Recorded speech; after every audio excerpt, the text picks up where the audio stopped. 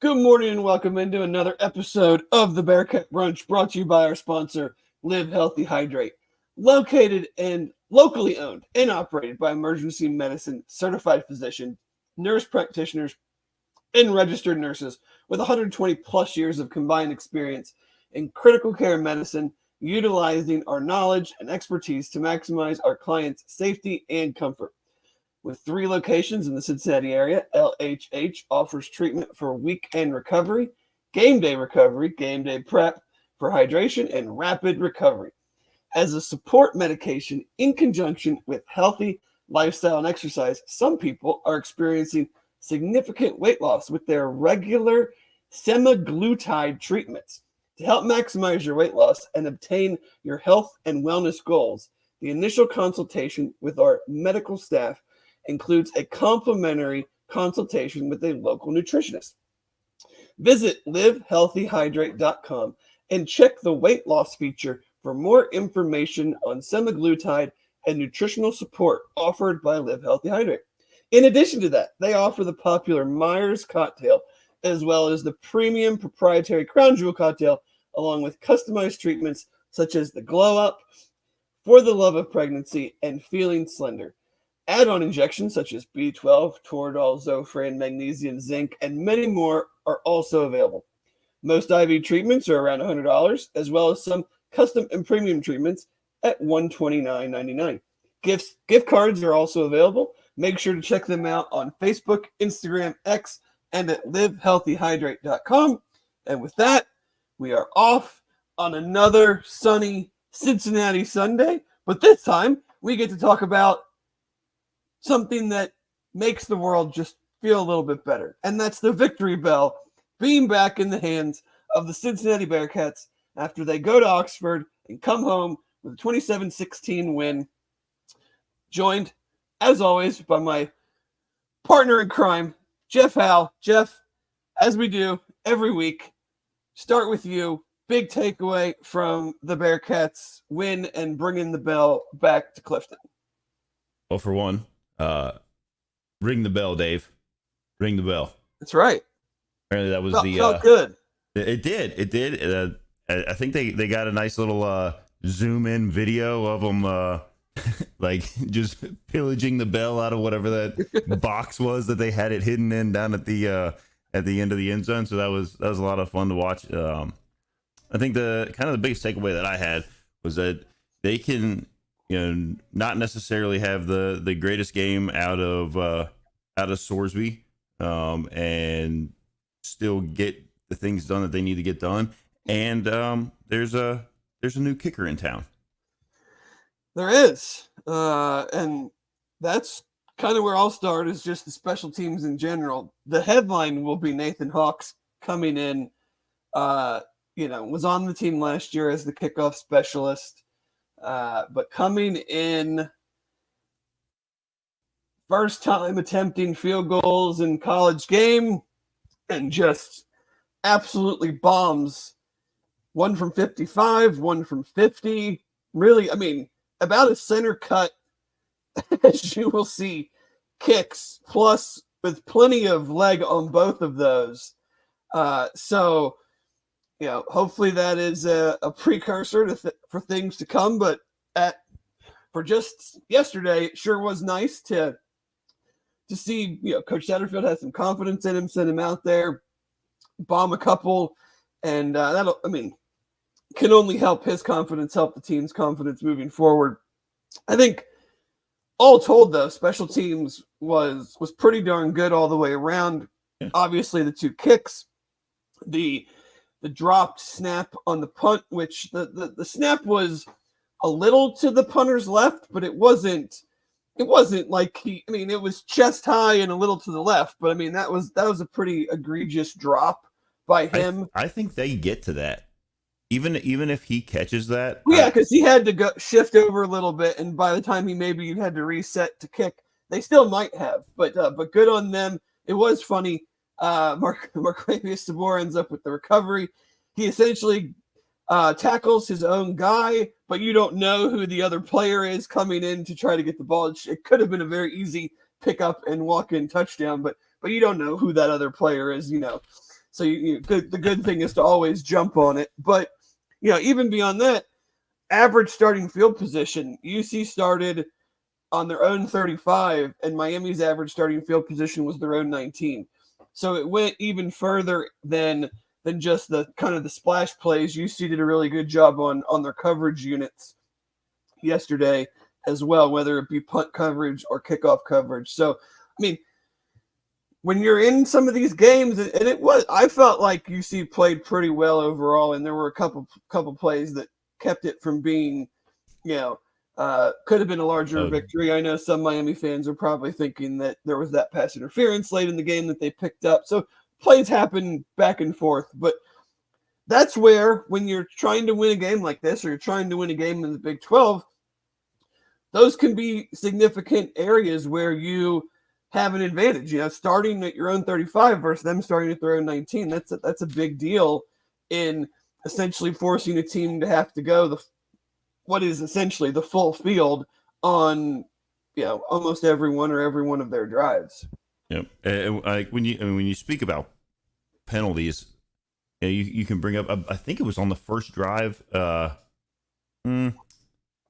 might have been in the first quarter. There was a pass into the end zone, where one of the Miami guys, he grabbed the back of Jamoy May's uniform. He had his hand. I think he was like scratching the middle of his back, directly on the skin. Is how far in his hand was, right in front of the official, and there was no flag. So there, we've always been on one side or the other of those, and it seems like that one kind of sucked. That should have opened up with a touchdown there. And then when you get back to Nathan Hawks, I know you said, have a kid, essentially win the spot this week, and then come out and his first kick, he's like, go out there and put a 55-yarder through. And I said when I was watching it that it looked like his leg kick, like his leg swing, was one of the smoothest I've ever seen. Like it didn't look like he had to put extra into it, you know what I mean, to go from 55. Like sometimes when you see these kickers going from 55, that it looks like, they're really driving through the ball, and it's like these like really hard lines. That was like just a beautiful arcing kick, floated up and right down the center. When you're trying to get some extra out of it, it comes off lower. Right. And I know that there's conversation, whether it's on the board or on Twitter, of like, why wasn't he the kicker to begin with? And I understand the sentiment, but I think I would compare it to like a golfer who's trying to work 10 to 15 yards extra into his drives, where he's got a huge leg, but the accuracy was maybe the issue. And I wasn't at every practice last year. I'm certainly not at every practice this year to say like this is why we went with Carter versus Nathan. Like, but to me that is that could be a very realistic reason. And that like he's got a huge leg, but sometimes we aren't sure where it's going. And and he certainly didn't make you think that yesterday. But hopefully that is a sign of his growth. And really though, like, Aaron and Keegan talked about it in the aftermath. If you haven't yet, go watch the video of him in the post game. Like, for all the stuff that a lot of people think is terrible about college athletics now, like what he talked about of transferring, going to the portal at Wittenberg and no one having any interest. So going back to Wittenberg and then going back into the portal again, and UC reaching out, but then has some major injuries and he can't really do a tryout, and he thought about quitting, and his parents, I guess, were like a big part in him not quitting. All of that to build up to what he did yesterday. I'm not going to say it makes it all worth it, but like that's the type of stuff that college athletics should be about, and those are the type of players that we should be highlighting and talking about. So I'm really glad he got a chance to talk about kind of a little bit of his backstory, because I'm not sure. My mom and dad went to Wittenberg and had no idea he went to Wittenberg until I told them, I think maybe the first game that he did, because I didn't even know, like I didn't put two and two together last year that he went to Wittenberg. So So, an incredible, from a D3 school in Springfield, Ohio, to now kicking, to help the Bearcats get the victory bell back is a pretty great story. Yeah, and then I know it's been mentioned several times, like he's the first UC kicker to put 250-plus yarders through in a game. The injuries you're talking about with tearing his quad and his hip flexor, which, like, as a kicker, those are some pretty important bits of your body. That's not like he broke his hand or something. To walk, let alone kick. Right, and then to just be like, also to have enough faith in himself to be like, okay, well, I'm just going to enroll at UC as a student, and then if I'm able to get back to this tryout, great. If not, I'll just be a student here. Right. So for all that to kind of come around for him, yeah, he's been the kickoff specialist, but to get a little bit more shine yesterday, it is great, and hopefully, dare I say, iron sharpens iron, and maybe our kickers just continue to be reliable. There maybe needs some more sharpening of iron in the Badger State, but we might get to that later. Yeah. But moving on from special teams, I want to go defensively. Big thing we talked about Wednesday with myself and Chad was just like, I wasn't going to take a ton from what they did against the run because I didn't think Miami could run. So I'm not saying that this tells me really much of anything going into the Big 12, but it was still at least nice. The running backs had 12 carries for 24 yards and a long carry of 9 yards. And, Chuck Martin, even in his post game, kind of bemoaned the fact that they couldn't run the ball against what was essentially a 4-man box because they were still spreading it out and running it out of a spread situation. So it wasn't like UC had a bunch of guys up the line. So he was pretty frustrated with that. I think he was frustrated that they maybe stayed with it too long. But it was at least good to see that. That's what I said. That's what I said. Like, if they do a really good job, okay, fine. It doesn't tell me much about the rest of the season. But if they do a poor job, that tells you a lot more. It tells me a lot more because I didn't think Miami could run the ball, and then they certainly didn't. I also found it odd that the dropped punt, I didn't know this, the dropped punt counts as a rushing stat. Yeah, so I guess because he so it's minus 16 yards. Right. So they actually technically ran for 1.3 yards a carry.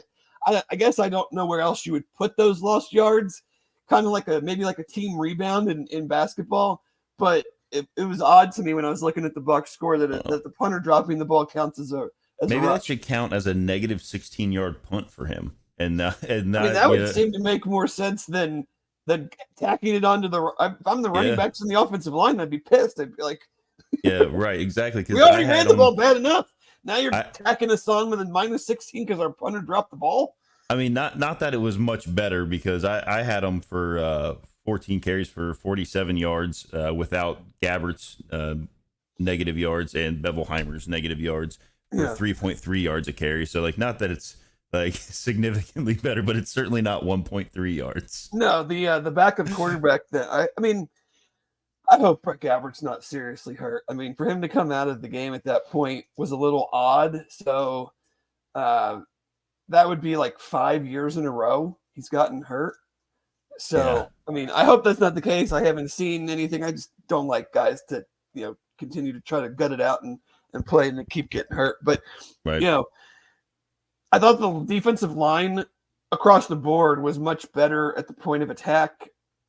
There were plenty of run plays that were first contact was at the line, 1 yard and dropped right there. There weren't a lot of missed tackles from the defensive line. I thought they played pretty well. Eric Phillips, 2 sacks, was active all day. Thought that was really nice to see. They did a good job getting Gabbert off of his spot. I think, a couple issues still with, you kind of know what they're going to do, especially when they got down. And there was the one drive in particular where they're not going to run it at this point, and we're still just bringing 3 guys. And I keep seeing all this 3-3-5, 3-3-5. It's not really the 3-3-5. It's the 5 offensive linemen against 3 guys. Yep. I don't care what you do behind those three guys. If you're going to have 5-on-3, you're not going to win enough. And you're going to give the quarterback too much time to find open receivers. So they still only allowed Miami to gain 54% of their available yards, which is really quite good. Yeah, it just looks a little more shocking whenever you're looking at something. You're like, wow, they gave up, 356 total yards. I think they gave up 4 or 5 plays over 35 yards. So essentially, outside of those plays, Miami really did nothing. But four passes, yeah. So they had a 35, a 37, 51, and a 58 yard. Yeah. As far as like longest completion to each about of the guys. 170 yards ish right there. Right.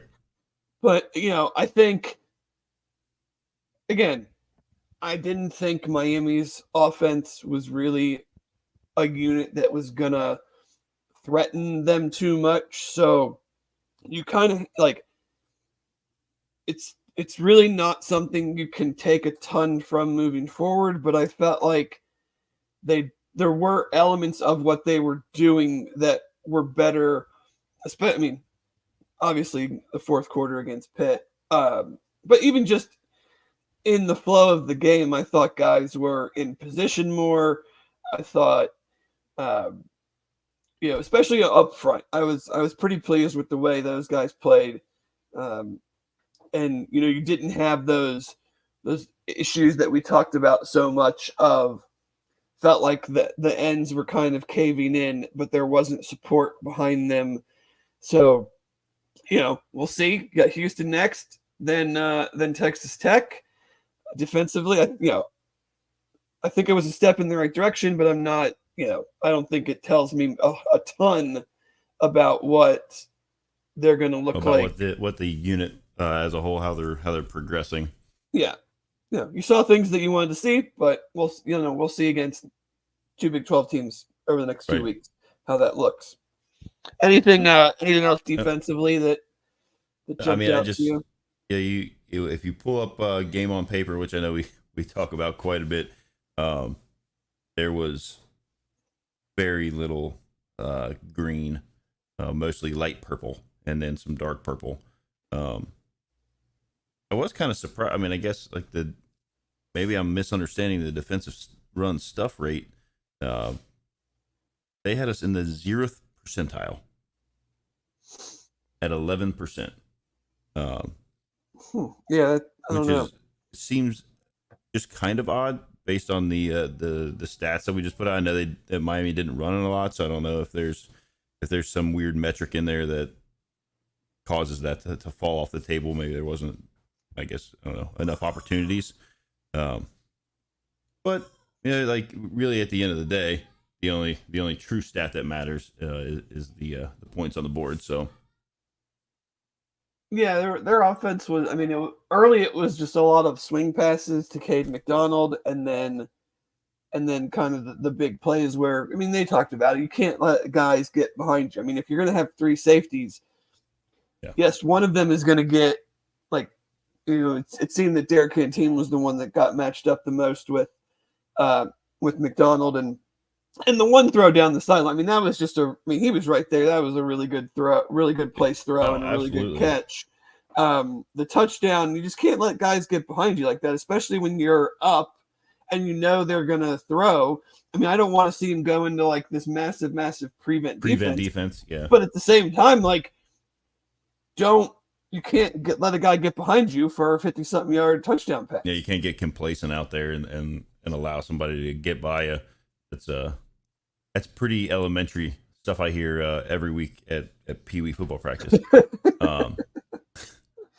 So, as far as that goes, defensively though, we did not mention it yet, but on that first drive where Miami was seemingly just kind of walking down the field, it was nice to see Canteen jump up. Yeah, it was almost like a pop fly that was thrown. I don't know. I can't recall if Gabbert got hit or if he was under. Really, really bad play. It was just it was not a good pass. But that's not on the defense to take No, you got to take advantage responsibility of for it. the bad pass. So like one of those things, like the ball's up there and you just go get it. Yeah, And it was nice to kind of like just like stymie them and be like, all right, this is sure, what we're gonna do.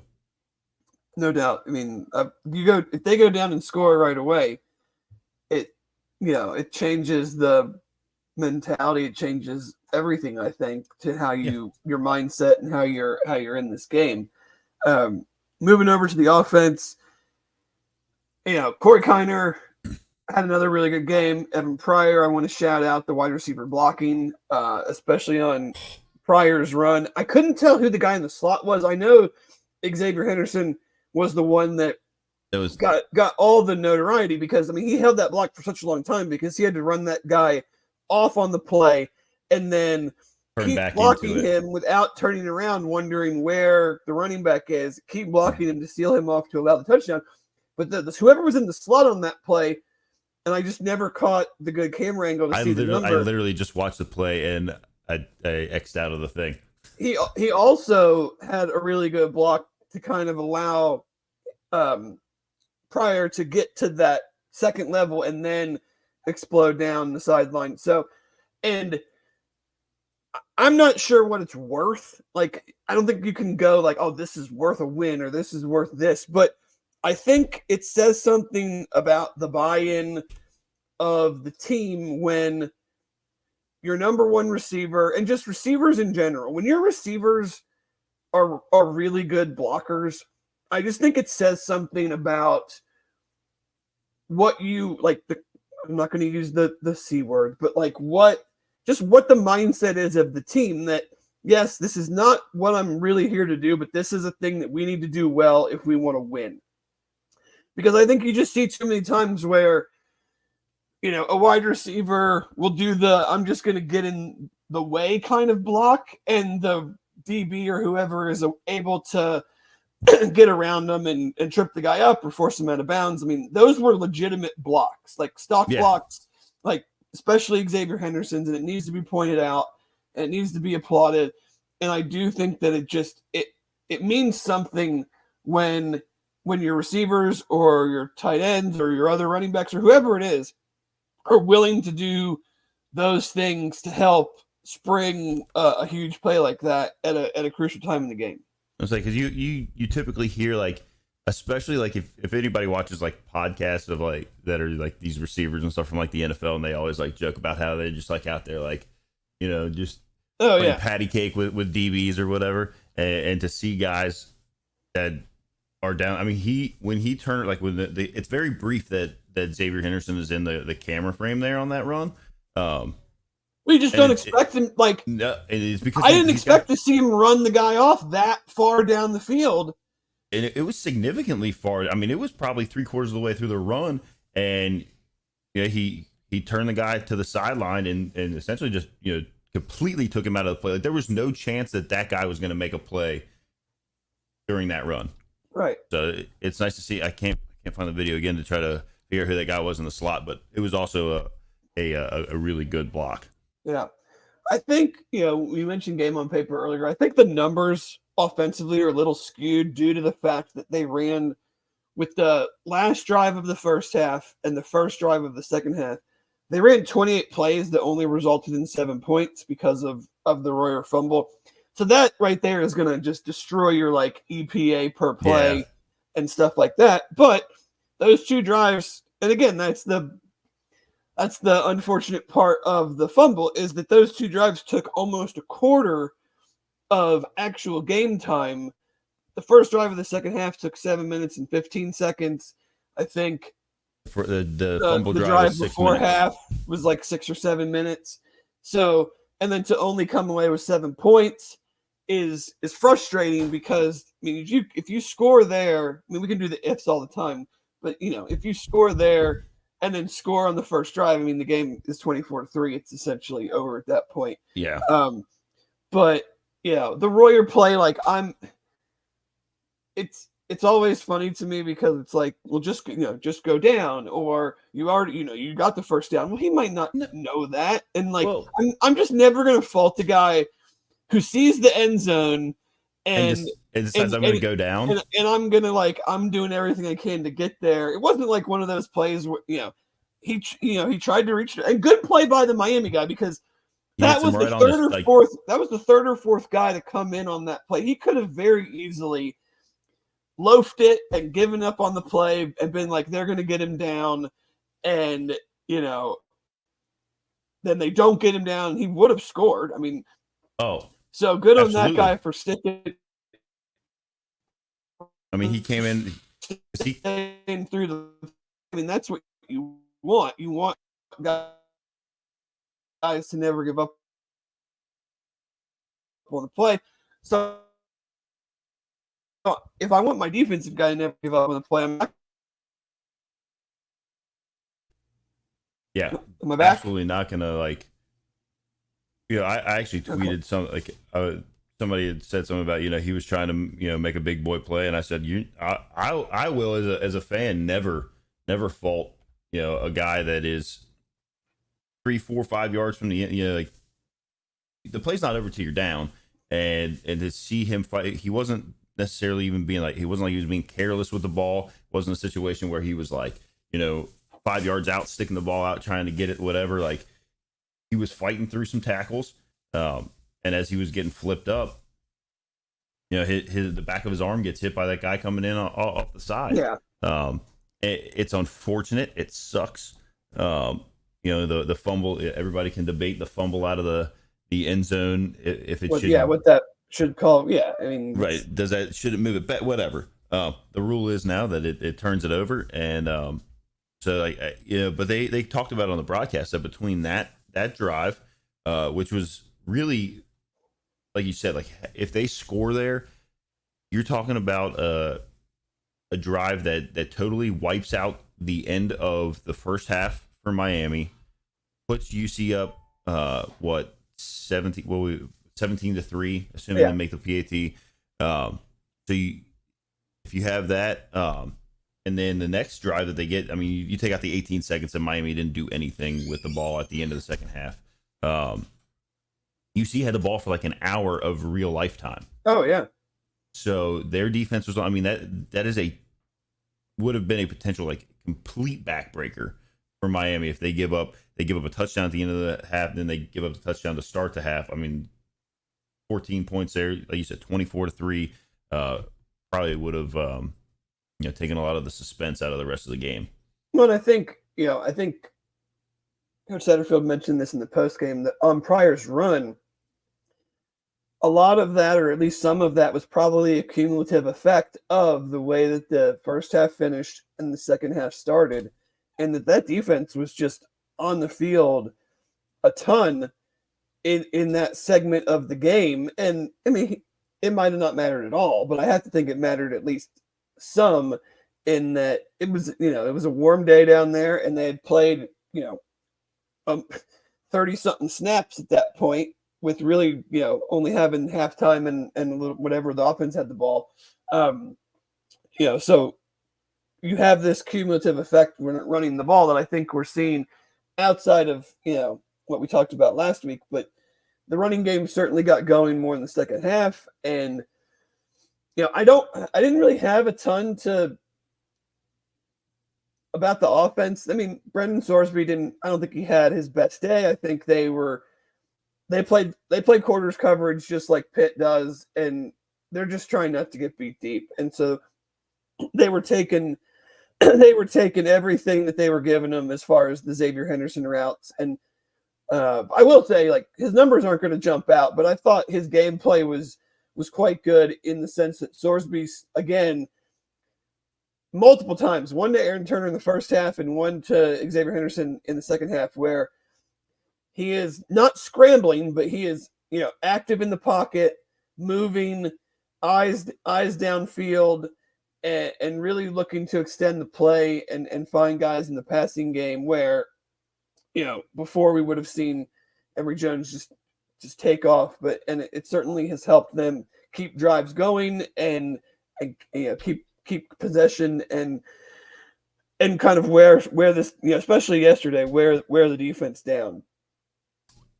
Absolutely. I think it was Tony Johnson that was in the slot on Okay. that Well, good job. Good that block, run. Tony Johnson.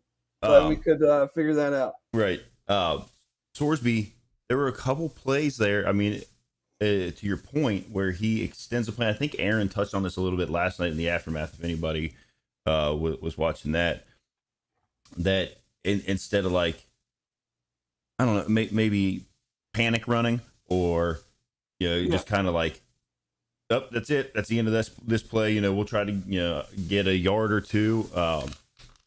He was moving a little bit more to the outside, kind of rolling out, looking downfield. See, because you can't cover guys forever, and so if you can keep your feet alive and your ability to throw the ball alive long enough, somebody's going to come open to give you an opportunity to throw the ball and get a completion. And that happened a couple times, and he was throwing the ball to the sticks on those plays, and that's something that I think we ran into some issues with in the past, where maybe you get a completion, but it's 3rd and 8 and you're throwing the ball 3 yards. Yeah. So to see him throw the ball to the sticks, his guy, and that goes to the receivers too, of knowing like he's still alive back there, not giving up on their routes, turning it into a kind of a backyard schoolyard play, if you will, and him being able to see that they're still in the play, he's still in the play, and get open and know that you're in the just past the sticks, whatever, like right there to get a first down, which is what you want to see, because you may need a lot of that throughout the year. Yeah, I'd say offensively, the only thing that I was mainly kind of confused on was there was the one drive in early in the second half where their 1st and 10 in Miami 40. Your running backs are averaging 5.5 yards a carry at that point, and we just go throw. And then immediately the next drive is the Evan Pryor touchdown run. So it's a little bit of poetic justice there. But other than that, I thought, the call on the Evan Pryor run itself, I thought was a really fun run call. The counter to the other way, giving him room to the wide side. I thought the call on the Joe Royer touchdown that was called back, which, I mean, I know ticky tack man downfield, insanely ticky tack man downfield. Like, I can understand if the guy is like a full 5, 6, 7. Like, usually it's so obvious because there's an offensive lineman kind of in like no man's land, and they're almost like waddling because they're in a position on the field they're not used to being in. So it's blatantly clear that this guy should not be where he is. I mean, I think the rule is 3 yards. He might have been 4.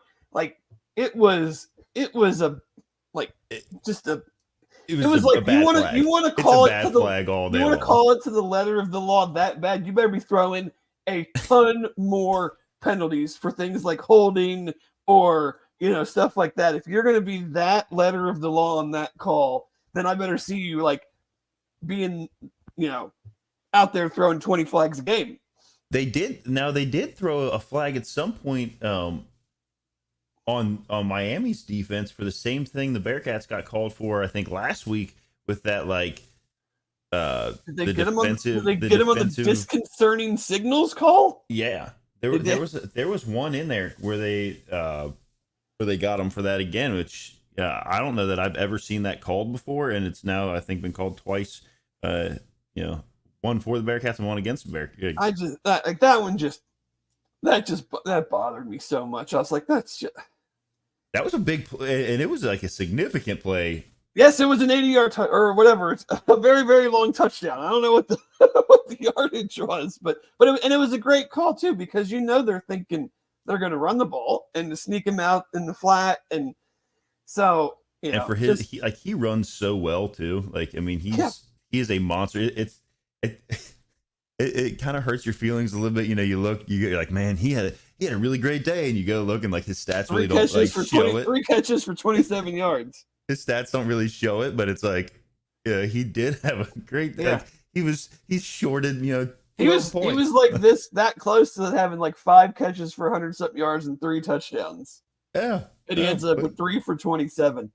But I mean, I think it just continues to build the basis of this offense. Is you have a legit number one receiver, you have a legit tight end, you have your uh you have your bell cow running back that you feel great about, and then you have your change of pace guy that now twice has shown you that they can kind of flip a game on one play. And that's the thing that we talked about last year so much is you're not going to 10, 12, 14 play drive your way to 35 points a game.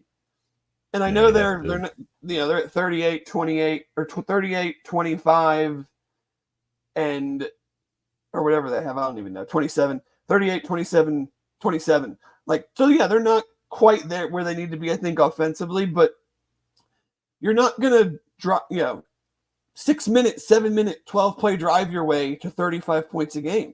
You have to be able to hit some big plays, especially in the run game. Mm-hmm. And, I think that I feel good about, I'm starting to feel better about the offense that in the case of a game where you're like, we need to score 40 to win. I'm not saying that we're going to win in all those games, but last year, if they got down 10, it was like, good night. Right.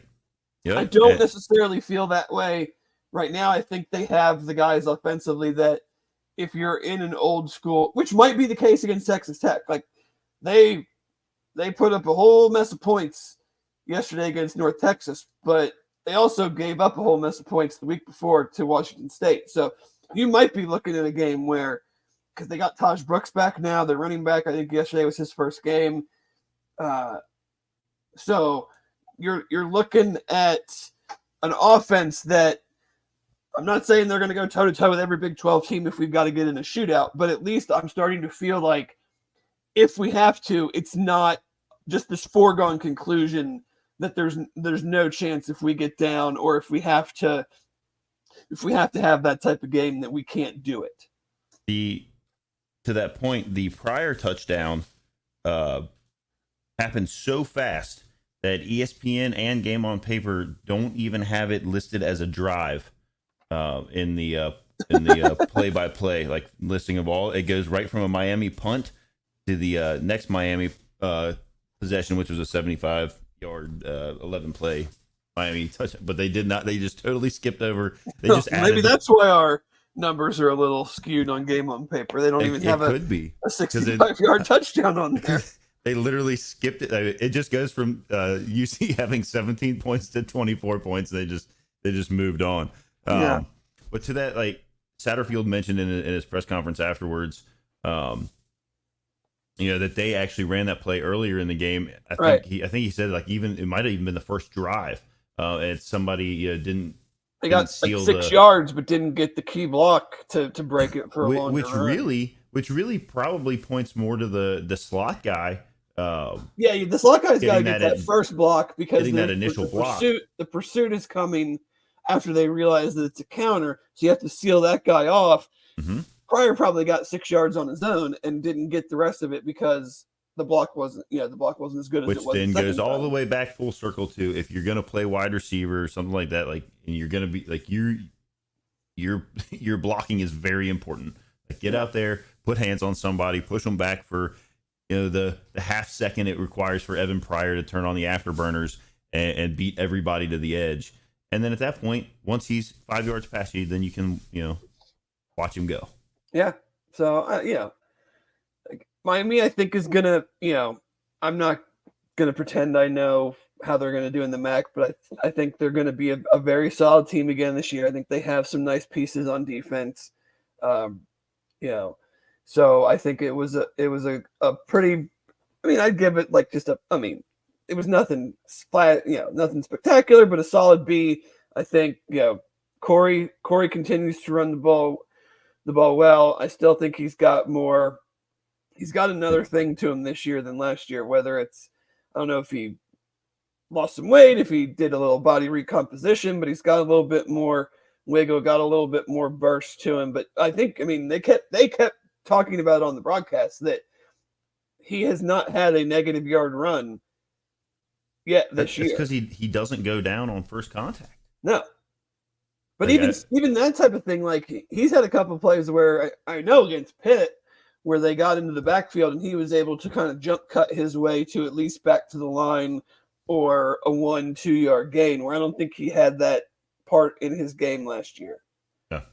So overall, a very very good win. I mean, it's a rivalry game, especially one. I You think Eric can't lose. Phillips. Like again, it'll be the whole like, well, you should have. Yes, you should have, and they Right, did. So, exactly. but take it for what it's worth and bring the bell back, and don't lose the last on-campus game, and then in 2 years beat them again and be done with it. Like, you know, Whatever, but whatever happens after that, if there's like some other time I where did you can just appreciate how much the guys were excited to get the bell back, because it definitely felt like at times during the 16-game win streak that it was just like a foregone conclusion, and it was like, ho hum, where is it? All right, let's go grab it and bring it back upstairs where it's been collecting dust for the last 14, 15 years. So right, it was exactly. nice to see the guys be excited about that. I think I don't have a ton else. I did notice that some of the true freshmen, especially on defense, Marquise Parker, Simeon Coleman, Jaquan Sanks, are really starting to see their snap counts go up. So that'll be an interesting thing to watch moving forward. Does that continue? Or are they kind of in that 15 to 20 snap range? Or, do they start being much more of a part of the defense as the season goes on? One note that maybe has some good positive for the potentially the Houston game. I did notice 2 weeks ago, or the Pitt game, that offensive tackle Philip Wilder had a knee brace on while he was on the sidelines, and then I noticed yesterday he was not wearing the knee brace on the sideline. So, we don't know for certain, but hopeful that maybe that means that there's a shot that he plays this Saturday against Houston. Would be nice to get him back. I think DeAndre Buford has done a more than solid job as his replacement, but you can never have too much offensive line depth. I guess we'll wait and see how severe D'Artagnan Tinsley's injury was. I thought Jonathan Harder stepped in well in the limited, and that was really towards the end of the game. So hopefully it's nothing too serious, but hopefully it's not a case of get one guy back but lose the guy, lose somebody else. But that's where you have to develop the depth that they didn't have last year either. Where if one guy goes down, it's not a free for all to the quarterback over that guy's position or into the backfield. So yeah, I did want to. I had written this down. There were again 24 players recording a stat in the defensive metrics here, which we kind of thought that first week of 27 was kind of a maybe because they were playing Towson, but again they seem to be rotating quite a few guys in there on defense. Wanted to kind of look over here at the chat a little bit. Graybush Live had mentioned, like, why didn't Kiner take the ball closer to the goal line before you slow him down? He did. He did appear to kind of like hesitate, and I don't know if he was just like preparing for like a kind of make a cut of some sort that then didn't need to happen because they didn't close on him. So he kind of slowed down just a little bit, and then he turned it back on. But either way, that was a big run in that spot. And then we did talk about the on the drop punt, how Sabor tackled Gola Collard down there, but you just make the play there, get the ball on the 3-yard line. Like if you recover a ball on the 3-yard line, like you need to be able to get it in the end zone from there. Yeah, like, he was reaching in to pick it up to walk in, and he just grabbed him. Right. But, and then Marcus brings up, that this does raise the kind of the bar for the offense, and that's kind of what we were discussing there. It's good to see these things and to know that we have these weapons, and to be able to either run the ball down your throat, flip it out, let somebody like Pryor kind of be the change of pace guy that he can just, not that Kiner can't break one open, but Pryor has like an extra gear. Yeah, I mean, And then we'll see as the season goes on, but I think, I think Pitt and Miami are going to have probably two of the better defenses that they're going to face this year. I don't know what Houston. I'm not sure Houston has much overall. Texas Tech feels like a shootout type game. UCF, had a really nice comeback yesterday, but gave up a bunch of stuff, especially in the pass game. Kansas State, Iowa State, good defenses, but Kansas State has given up some surprise. I mean, I was kind of surprised how much they neutralized Arizona.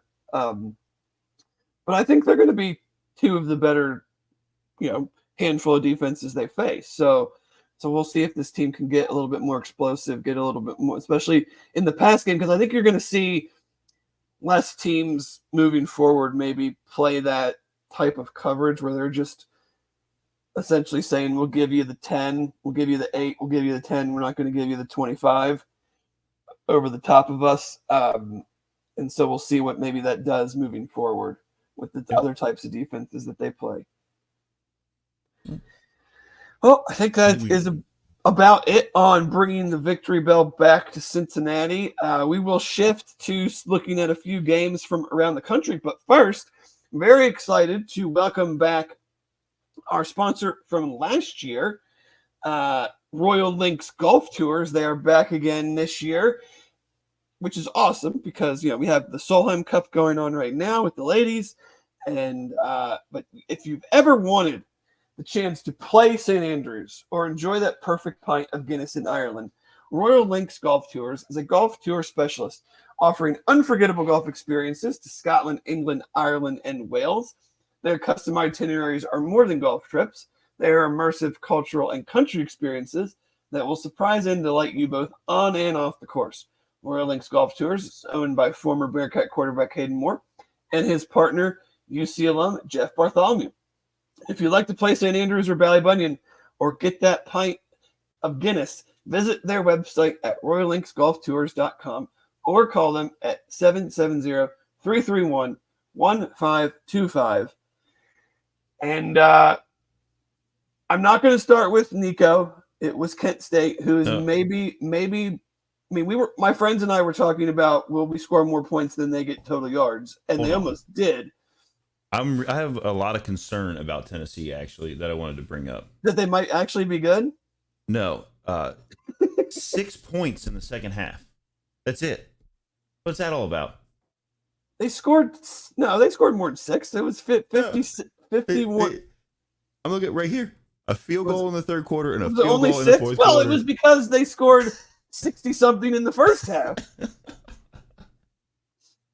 I was in the basement, like, I don't even know what game was on the TV. It might have been San Diego State or something was on there, and like some notifications were popping up. And my brother-in-law is a big Tennessee fan, and he was like sending messages. My son was standing here, and he was like, "Did he just tell you that they have 60 points in the first half?"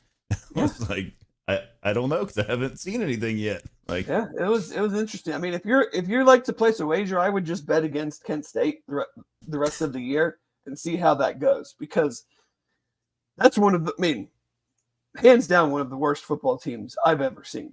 But we will not talk much about that. I mean, there's nothing to be taken from that game other than it was hilarious. What I will start on is Georgia, Kentucky.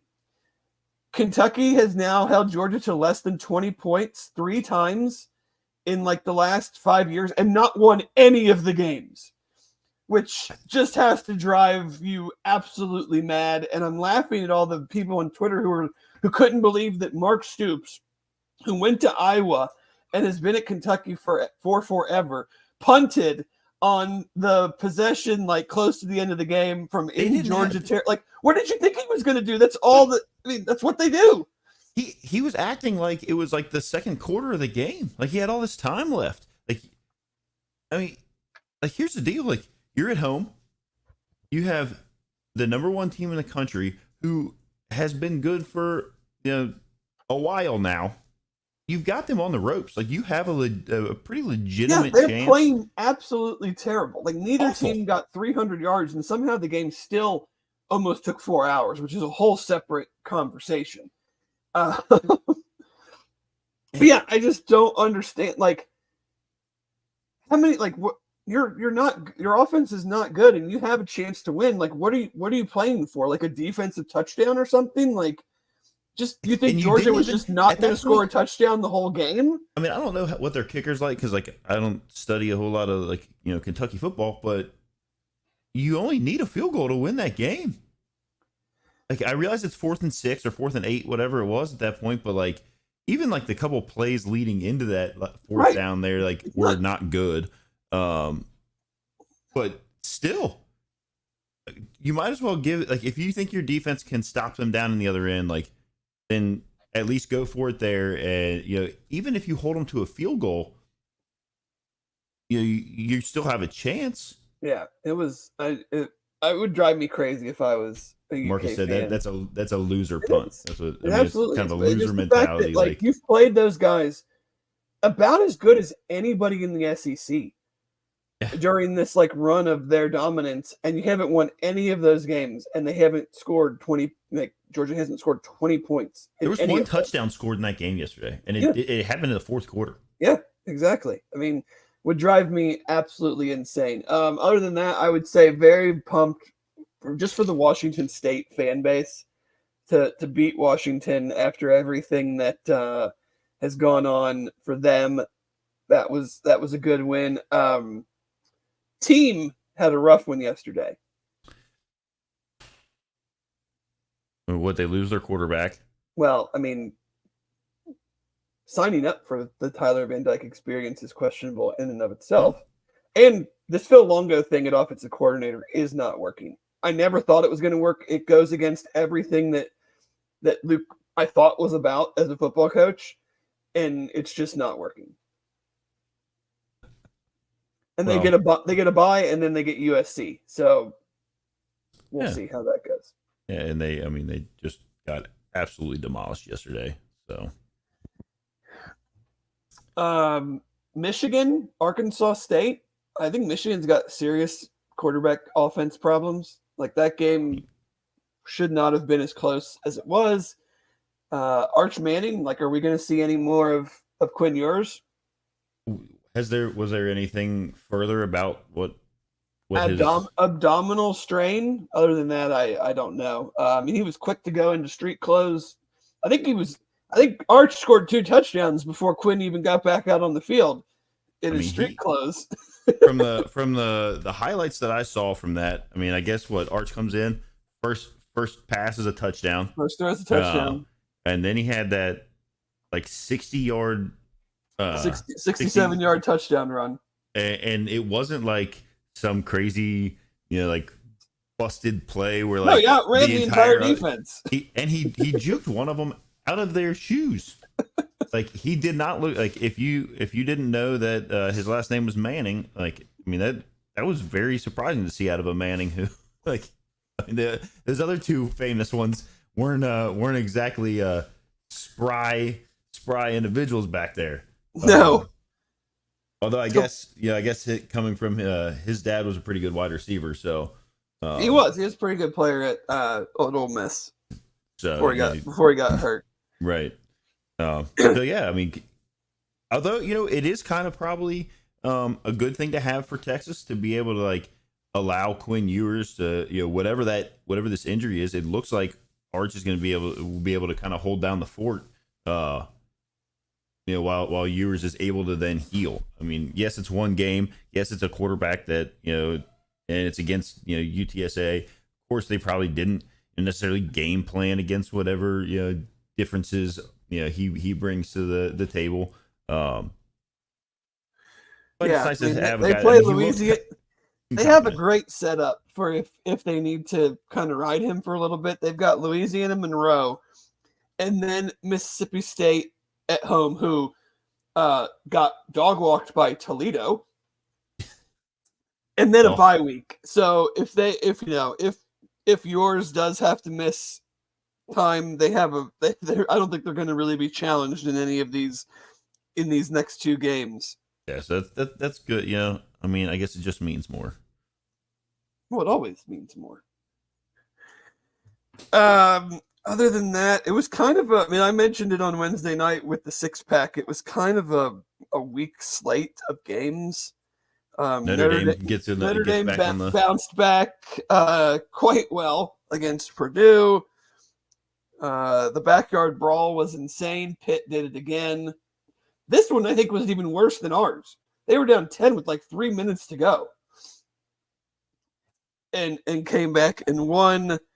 Florida is, I mean, yikes! Like Uh, Texas A&M pouring down rain. Quarterback's first game, and just kind of, I think the score is kind of misleading too. I mean, 33-20, but that thing was really not much of a game at all. Florida State paid Memphis $1.5 million to continue the awfulness that has been their season. Did you see his press conference, Mike Norvell's post game press conference? No. The end of it, so a fire alarm went off, and you hear like in the background of his press conference, "Warning, there is a fire." And it's like it just couldn't be more perfect. Couldn't be more perfect to what's going on in their season. There is certainly a fire there. And yeah, I don't know if Memphis got a good win with some cash. Toledo did the same thing. I thought I saw that there was another one because somebody added up like all of the buy game money that exchanged hands for wins. And it was like 3 million or 4 million, something like that. But we'll leave on. There were actually a bunch of interesting Big 12 or Big 12 non-conference results. We'll leave that to Aaron and Chad, but other than that, there was nothing really that I'm scrolling through here and I'm like, I mean, Vanderbilt built up a lot of goodwill and then just dumped it all, losing to Georgia State, who hired their coach like in the middle of the summer because their other coach just quit to go take like a offensive line position at South Carolina because he's buddies with Shane Beamer. So you kind of throw that all that goodwill away. I have an affinity for Alex Golish at South Florida. I don't think them crushing Southern Miss says anything, but they do play Miami at Florida next week, so that should be interesting. I think Miami should take them down pretty easily, but not a ton. We won't comment on anything else, but as far as this goes, but I did like Arizona's helmets. I wish UC had done a cat style helmet like that. I mean, they have the font ready. They use it for those basketball jerseys. Yeah. Jason Cooper does. He says, "Does Ewers rush back so that he has a Heisman shot?" I don't. I mean, if Travis Hunter keeps doing what he's doing, he should win the. Everyone should vote for him for the Heisman because if you're playing both ways, he's clearly the best player in college football. Now that's not unfortunately how the Heisman works anymore. But I mean, if you're just gonna keep playing every play both ways and have 3 touchdowns and an interception, try to make a case for someone else, and I'll just tell you you're an idiot. Right, and I don't know if it was like a BCJ or like one of them where you and Chad were talking about it, and there's only been like 4 not quarterbacks that have won the Heisman in the last 24 years.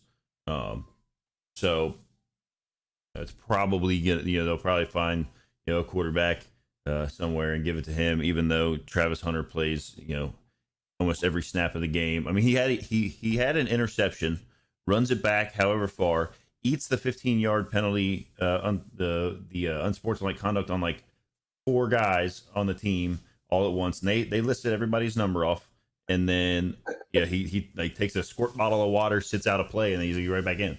Yeah, I had 3 touchdown catches, and he's impactful both ways. So if he keeps doing it, I agree. Like that's where it should go, but we know how that stuff works. Because I don't even know at this point, obviously very early, but Georgia's quarterback didn't do it. I mean, total stinker yesterday. And he I guess he kind of came down kind of hard on his shoulder at the end of the game. Hey, you have the Ewers injury. Jalen Milrose actually having an incredible start to the season. I saw something where he's like the first player ever to have 2+ rushing touchdowns and 2+ passing touchdowns in the first 3 games of the year. Something like that. I'm probably not getting that correct, but yeah, it's going to be very hard if Colorado just ends up having just a fine year, like, and he continues this stuff. Like, I don't know how you look at that and go and then vote for somebody else.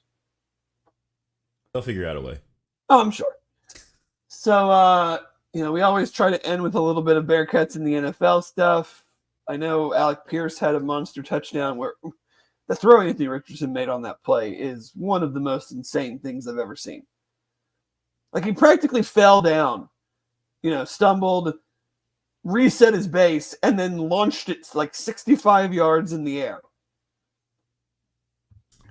Yeah. He's got a cannon. That play kind of overshadowed. I don't know if anybody else did anything super noteworthy. Well, I mean, you used to be able to just go right to the Kelsey brothers, and now one of those has taken that away from us. To talk about, he hasn't allowed a sack again. Here's a good one from last night. Texas quarterback Arch Manning.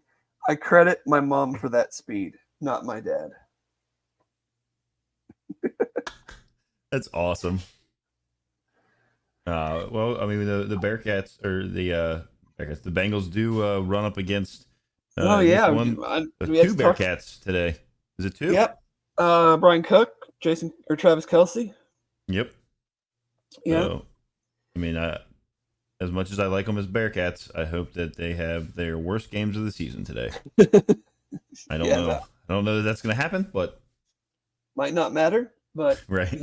We'll see. At least we got the Bearcat. We got the bell back. I'm less concerned about the Bengals. We got the bell back. That's what this show is all about. I mean, it's a way better Sunday morning to wake up, talk about a Bearcats win, and look forward that dare I say we could be discussing back-to-back W's.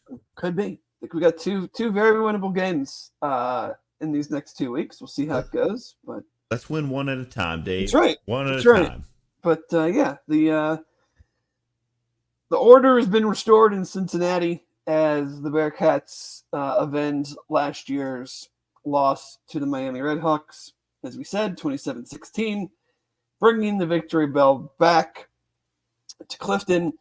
Excellent show today, Jeff. Thank you very much. Thanks to Aaron for producing. Thanks for everybody that always gets up early to join us. It's a blast to do the show, and it makes it even more fun when we get good engagement and we get to talk about a win.